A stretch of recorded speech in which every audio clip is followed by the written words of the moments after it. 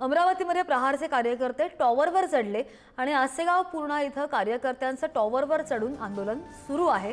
अमरावती जिल्ह्यामध्ये चांदूर बाजार समितीने बंदची हाक दिली आहे, तर विविध 17 प्रलंबित मागण्यांसाठी बच्चू कडूंचं हे 4 दिवसांपासून आंदोलन सुरू आहे। काही वेळापूर्वी आपण पाहिलं, याच अमरावतीमध्ये प्रहारच्या कार्यकर्त्यांनी रास्ता रोको सुद्धा केलेला होता, टायर जाळून निषेध केलेला होता।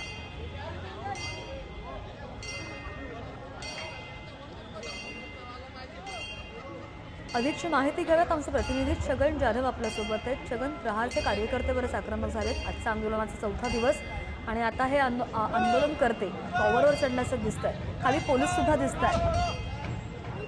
नक्कीच श्रद्धा, जर बघितलं तर आज सकाळपासून या अन्नत्याग आंदोलनाने कार्यकर्त्यांनी आक्रमक पवित्रा घेतलेला आहे। एकंदरीत जर बघितलं तर हिंसक वळण लागलेलं आहे। सकाळी जिल्हाधिकारी कार्यालयावरती प्रहारच्या कार्यकर्त्यांनी आंदोलन केलं आणि त्यानंतर लगेच जो मतदारसंघ आहे बच्चू कडू यांचा, त्या चांदूर बाजार शहरामध्ये चांदूर बाजार बंदची हाक देखील देण्यात आलेली होती। आणि आता जर बघितलं नुसतं तर काही प्रहारचे कार्यकर्ते आसेगाव पूर्णा येथील टावरवर चढलेले आहेत आणि त्यांच्या मागण्या आहेत की शेतकऱ्यांची सरसकट कर्जमाफी करण्यात यावी, दिव्यांगांना 6,000 रुपये मानधन देण्यात यावं, अशा विविध 17 मागण्या ज्या मान्य करण्यात याव्या अशीच मागणी आहे। आणि प्रहारचे कार्यकर्ते टावरवरून खाली उतरायला देखील तयार नाही आहेत। एकंदरीत अमरावतीचं वातावरण जर बघितलं तर या प्रहारच्या आंदोलनामुळे या आक्रमक झालेले आहेत प्रहारचे कार्यकर्ते आणि त्यामुळे अमरावतीचं वातावरण जे आहे ते संपूर्ण तणावाचं निर्माण झालेलं आहे। जिल्हाधिकारी कार्यालयावर देखील पोलिसांचा बंदोबस्त लागलेला आहे। त्यामुळे आता सरकार कितपत मागण्या मान्य करतं त्यावर सगळ्यांचं आता एकंदरीत लक्ष लागलेलं आहे। यासोबतच मनोज जरांगे असतील, महादेव जानकर असतील, रोहित पवार असेल,